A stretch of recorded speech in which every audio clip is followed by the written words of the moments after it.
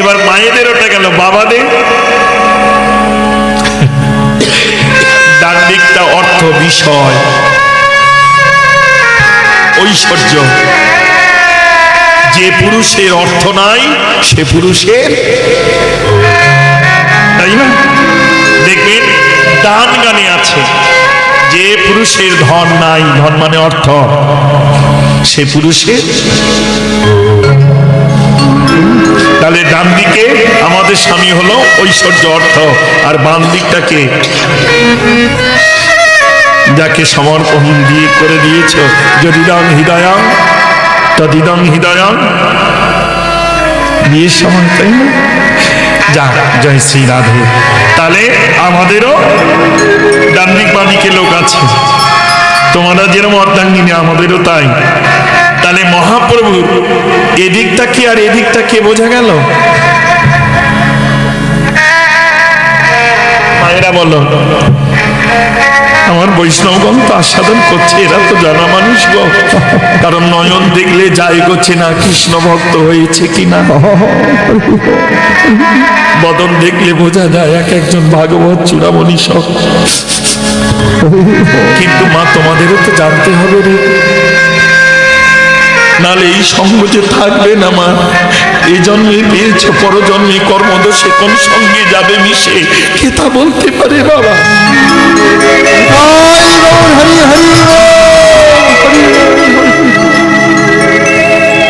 মহাপ্রভুর বাঁ দিকটা হলো রাধারানী আর ডান দিকটা হলো কৃষ্ণ।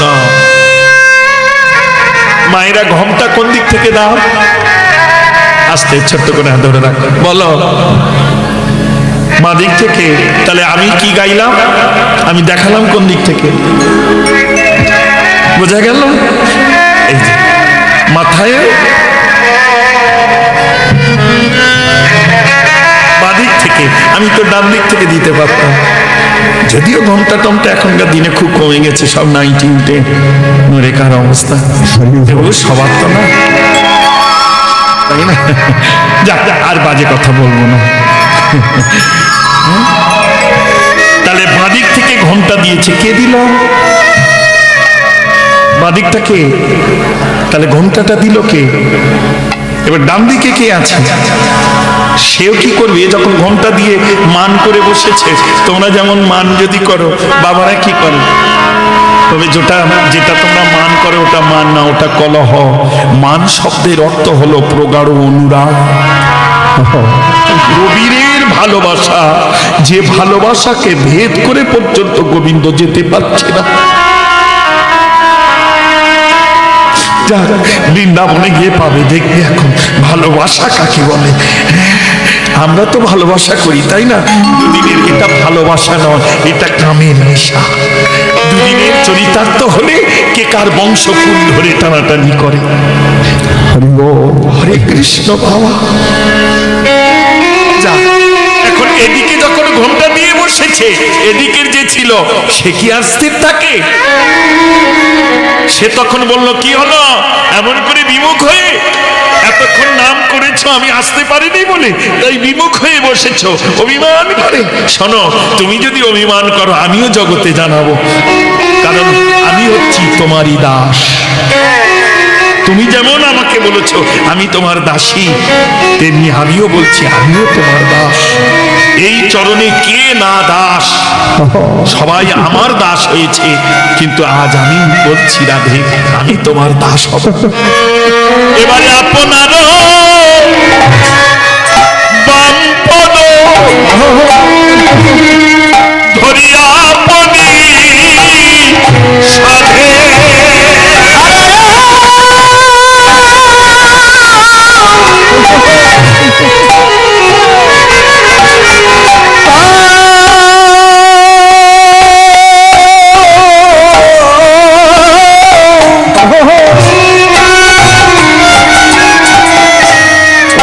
আপনার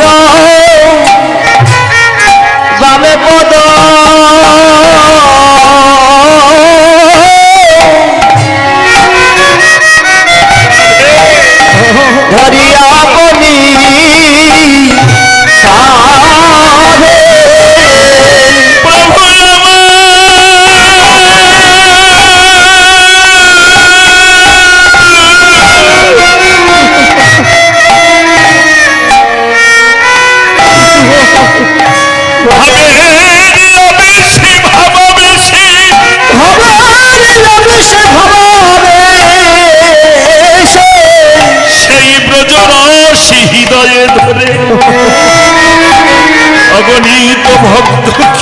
অভিমান করিবে বলে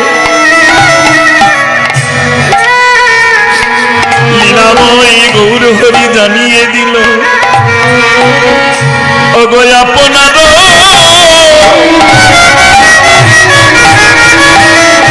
এবারে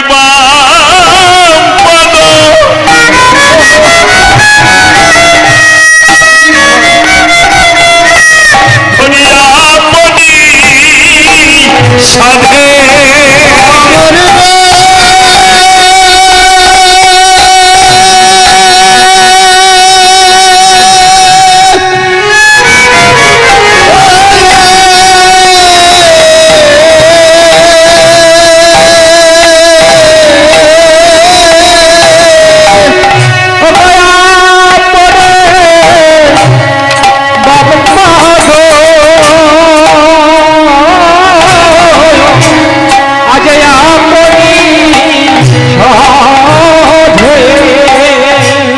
মোরে দয়া কর বলি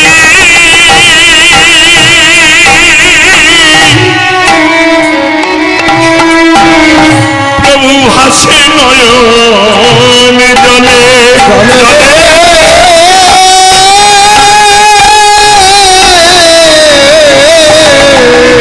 আরে মোরে দয়া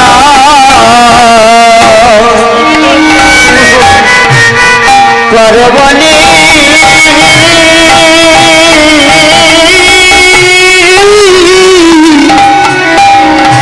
অভাসে নয়ন জলে জলে রে ভেসে যায় ভেসে যায় ভেসে যায় ভেসে যায় চরণে ধরে ভেসে যায় ভেসে যায় ভেসে যায় ভেসে যায় গৌরী ভাবের প্রকাশ হয় বদনে ভরে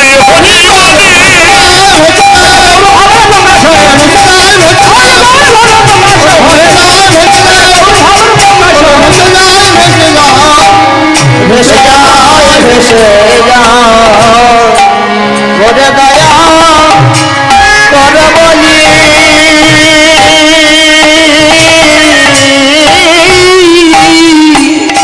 ও ভাসে নয়ন জলে জলে রে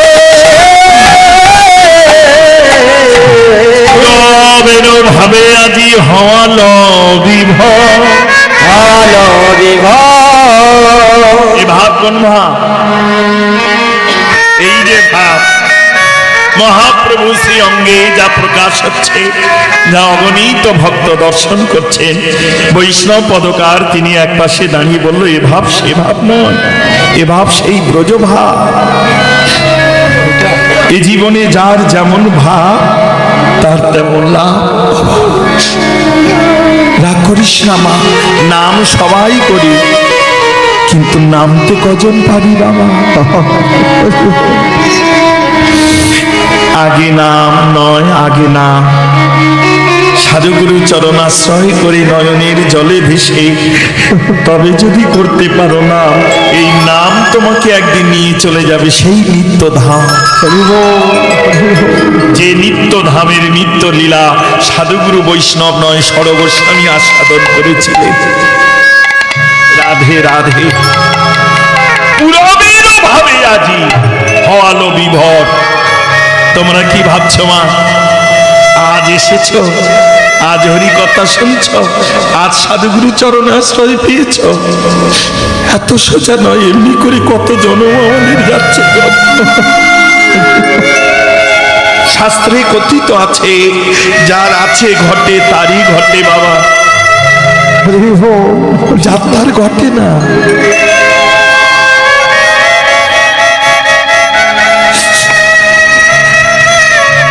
এবার বলে নেই মা মিলিয়ে নেই আমরা অনেকে বলি এসেছি খালি হাতে যাব খালি হাতে এসব ভুল কথা বাবা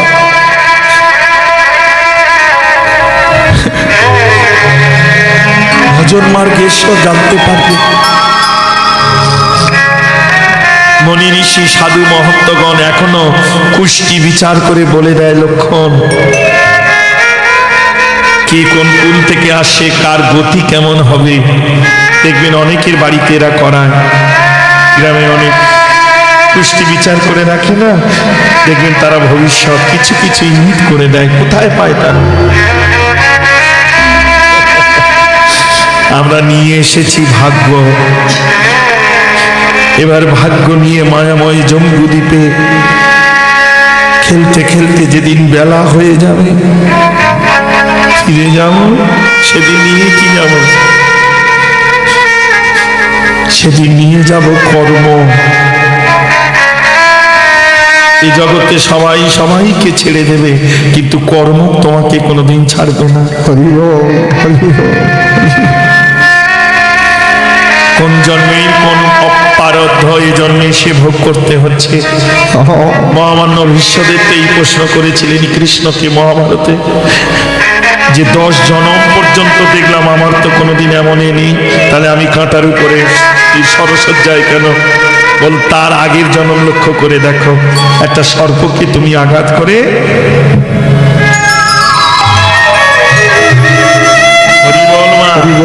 শুধু ভীষ্ম কেন, কৃষ্ণের রামের জীবনী দেখো, বিনা অপরাধে অঙ্গদের পক্ষ নিয়ে বালিকে বধ করে দিয়েছিলেন, তাই না? তাও সম্মুখ থেকে না, কদলির আড়াল থেকে। কারণ বালির একটা তপস্যায় বর ছিল, যার মানে নয়ন দেবে তার শক্তি অর্ধেক বালির মধ্যে প্রবেশ করে। ওই জন্য রাবণকে কতবার লেজে পা দিয়ে ওই সাগরের জলে ডুবিয়েছিল ওই বালি। এর অনেক আছে মা। তো এই বালিকে বধ করতে গিয়ে কদলির আড়াল মানে কলা গাছের আড়াল থেকে রামচন্দ্র তীরবিদ্ধ। কারণ স্বয়ং ভগবান হলেও বালির চোখে পড়ে গেলে শক্তি অর্ধেক চলে আসে। বালিপুত্র অঙ্গদ কেঁদে বলল, তুমি না ভগবান, শুধু ভগবান নও, তুমি মর্যাদাশায়ী পুরুষোত্তম। কোন মর্যাদা রক্ষা করলে তুমি? বিনা অপরাধে পিতাকে তুমি এমনি করে কদলির আড়াল থেকে বধ করলে। হতে পারো তুমি ভগবান মর্যাদাশায়ী, তবে আমি তোমাকে অভিশাপ দিচ্ছি, শুনে নাও। রামচন্দ্র মাথা নিচু করে বালিপুত্র অঙ্গদ বলল, আগত জন্মে আমার এই মনির বাসনা অন্তরে, আগত জন্মে যেমন এই পিতাকে এমন ভাবে হত্যা করেছ, আমিও যেন আগত জন্মে এমনি করে তীর বিদ্ধ করে তোমার। রামচন্দ্র সঙ্গে সঙ্গে কর উত্তোলন করে বলল, তথাস্তু, তাই হবে। আমি কৃষ্ণ অবতারে সকল লীলা সমাপ্ত করে রাধা বিরহে যখন বৃক্ষের উপরে মুরলী বাদন করত, অদূর থেকে ব্যাধ হয়ে আমার চরণকে পক্ষী ভেবে বা অন্য কিছু ভেবে তুমি তীর বিদ্ধ করে আমাকে প্রাণে নাশ করবে, কথা দিয়ে।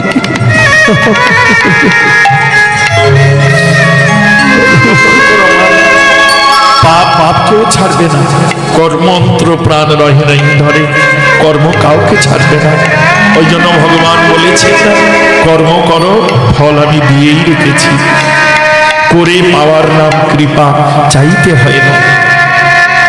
পূরবের ভাবে আজি হল বিভর, তাহলে মহাপ্রভু যেমন পূরবের ভাবে বিভর, তেমনি আমরাও কিন্তু আজকের নয়, আমরা এমনি করে কত জনম।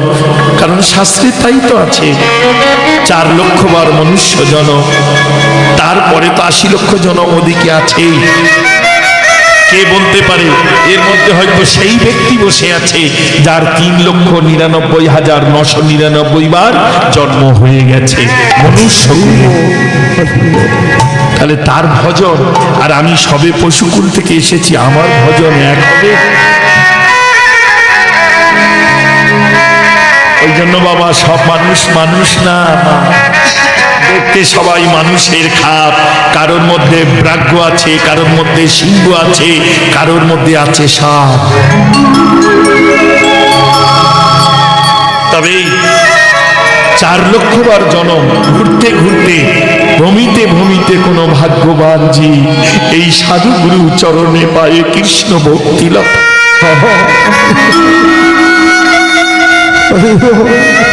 একটি করে ভ্রমণ করতে করতে ঘুরতে ঘুরতে যদি কোনোদিন সেই ভাব, শুধু মহাপ্রভুর সেই ভাব নয়, আজ আপনাদেরও সেই ভাবের উদয় হয়েছে, না হলে বলো না অত সুপৈশ্বর্য ছেড়ে এই ভিখারি মানুষটা ছেঁড়া চটের উপরে এমন করে কে বসে? বলো না, এই ভাব যদি না আসতো। বৈষ্ণব মহাজন বলল, পুরাণেরও ভাবে আজি হল বিফল, কিছু নাই সমজল ও রাধা মহল। আরে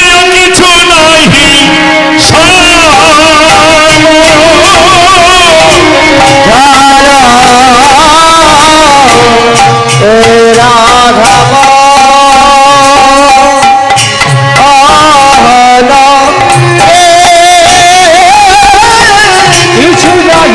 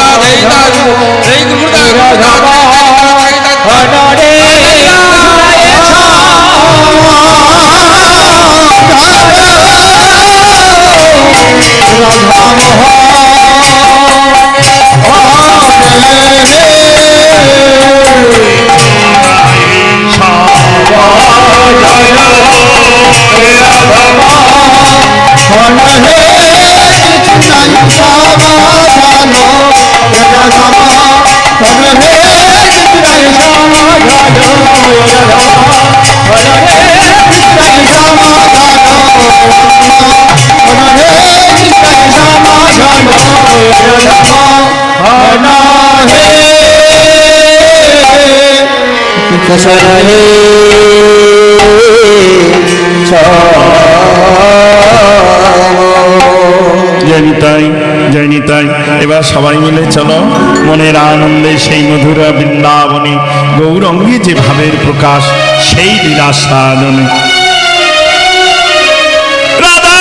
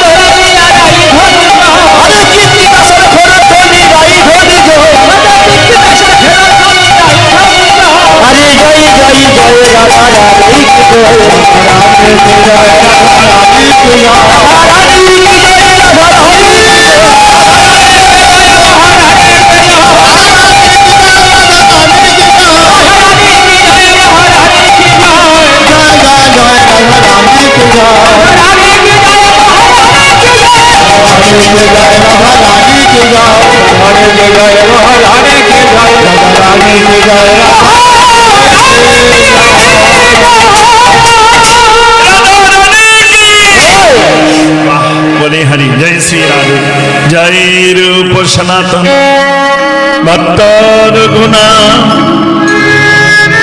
শ্রীজীব গোপাল ভক্ত দাসর ঘুরা দাসর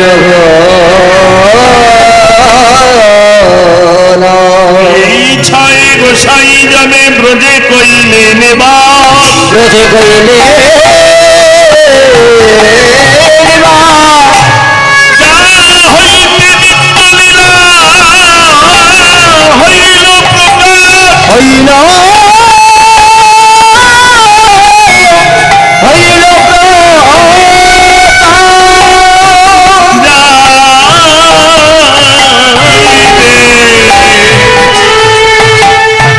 আমার সেই মধুরাবতী মধুর শ্রী বৃন্দাবনে মধুর লীলা বলি হারি যা জয়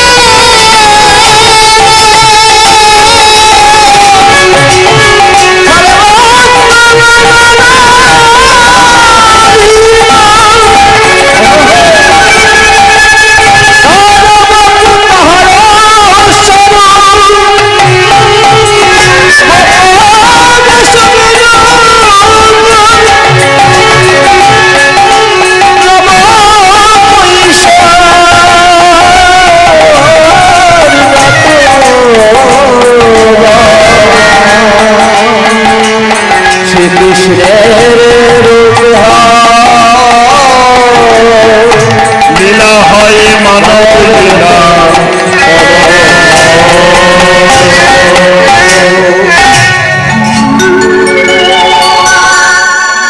হরে কৃষ্ণ রাধে রাধে ব্রজমণ্ডলে তবে গুরু কৃপায় যদি কারো ভাগ্যে হয় একটা জিনিস বলে যাই মা পারলে ভ্রমণ করো তবে যেখানে সেখানে ভ্রমণ করো না প্রকৃত তীর্থ লীলা ভূমিতে ভ্রমণ করো ধাম ভ্রমণ ভ্রমণ করলে কি হবে জানো ভগবান পাবে কি আমি জানি না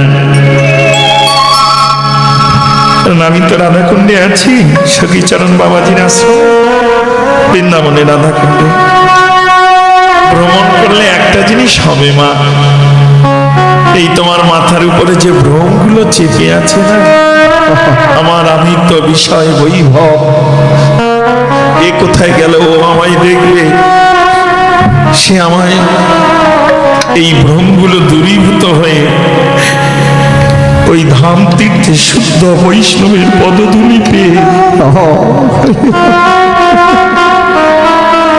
ভিতর থেকে একটা প্রেম ভক্তি জেগে উঠবে বাবা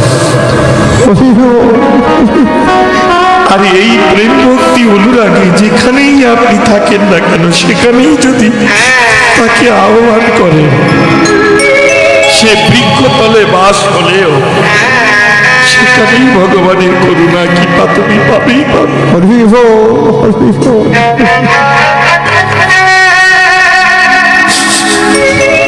ওই জন্য চরণ ধরে বলে যাচ্ছি মা সময় থাকতে থাকতে বেলা থাকতে থাকতে ভ্রমণ করে না আমি এই বেলা বলিনি, এই বেলা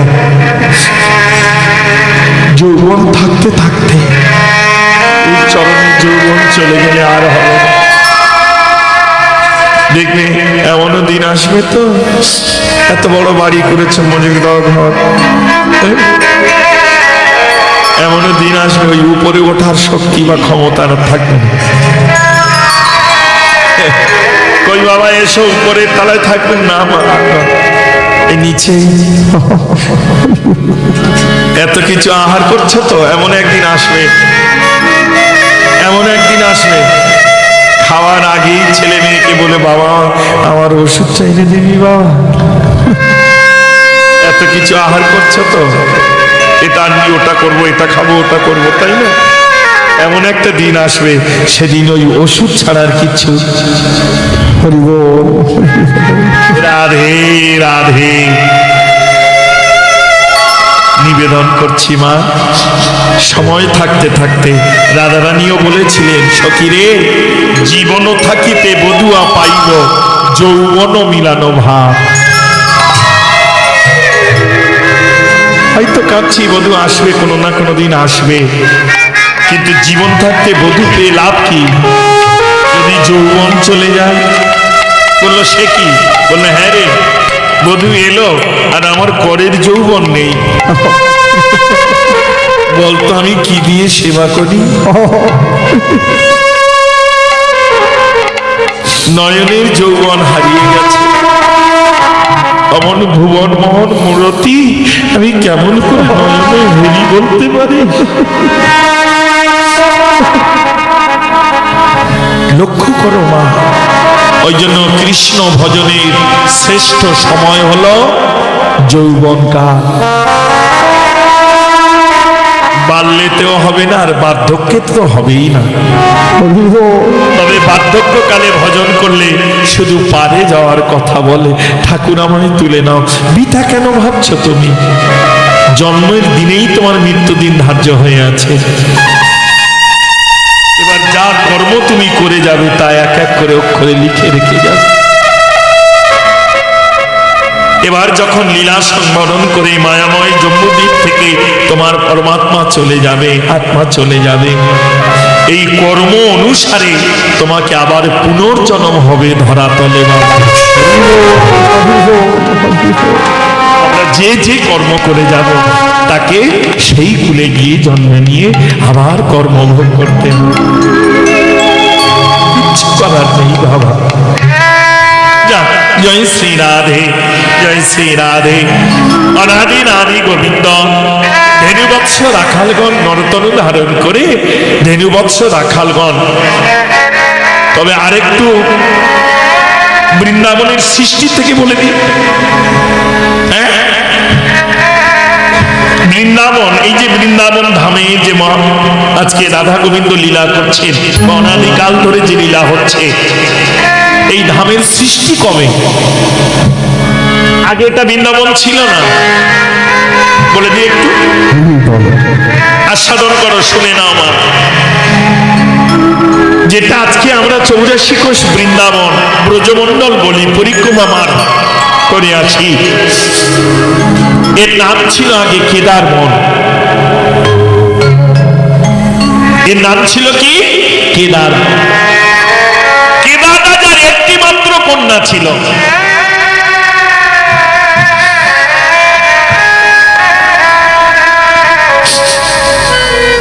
পঞ্চম বৈশী বালিকা, 5 বছরের মেয়ে। এই কেদার রাজা চতুর্ভুজ নারায়ণকে সেবা করতেন। শঙ্খ চক্র গদা পদ্মধারী। ওই জন্য মা সবার কাছে সব জিনিস চাইলে পাবে না। জয় শ্রী রাধে, জয় শ্রী রাধে। এই চতুর্ভুজ নারায়ণকে কেদার রাজা সেবা করে আর অন্তরে একটাই বাসনা করে তার চরণ তলে, তুমি একবার স্বরূপে আমাকে দেখা দাও, আমার সঙ্গে একবার কথা বলো। আর আমার কোন